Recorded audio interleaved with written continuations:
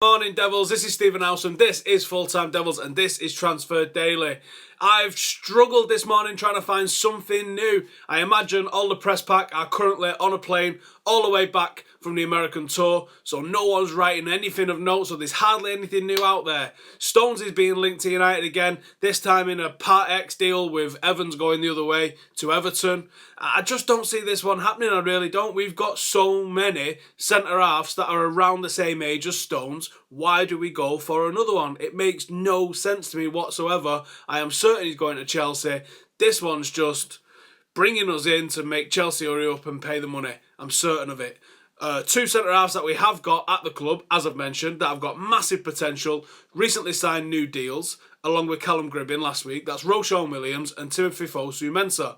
Now, for some reason, the Express has only picked up on Roshan Williams, who, out of the three, is probably the least star quality of them. He's probably the one with the least, big name, really. The other two have, gone on and done stuff and been appointed everywhere. Roshan's a fantastic player, but he's quite quiet, so I'm not sure if he's an agent putting him out there or if it's just someone at the Express has picked him up, that they like him and they're running with it. Why they'd report on him but not the other two is very strange. But either way, Roshan and Timothy Fosu-Mensah have both signed new deals which are going to keep them at the club a lot longer, proving that we are investing in the youth and we're not going to let them go. Look out for these two to make a bit of an impact in the 21s next year, and hopefully you might see a debut. I think you'll see a debut out of one of them at least.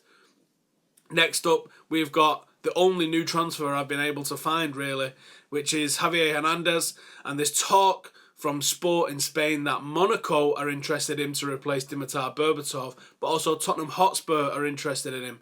Now, why we would let Hernandez go when we've seen the problems that we've got at centre forward? If we let him go, we are literally then relying on Rooney and Wilson and hoping that someone like a Depay or a Pedro, if and when he signs, or even a Fellaini can come in and do like a false nine sort of job, which seems to be leaving us threadbare thin. That's not good squad management if we allow Hernandez to go. If he's going to go, then yeah, I understand if he goes to Monaco, he's going to be first choice. Is he going to be first choice at Tottenham? I don't know. He's going to be behind Harry Kane, absolutely. So why would he go when he could just stay at United unless he's completely fell out of love with the club and just wants to be on his bike?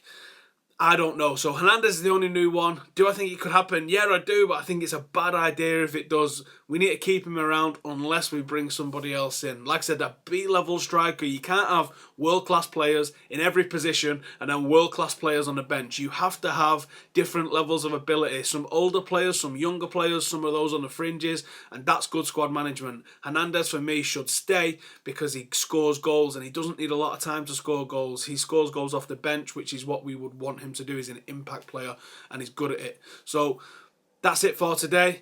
Thanks for watching. We will be back next week. I'm not sure if it's me or Mac on Monday, but it's going to be less than 7 days to the first game. Can't wait, a week tomorrow.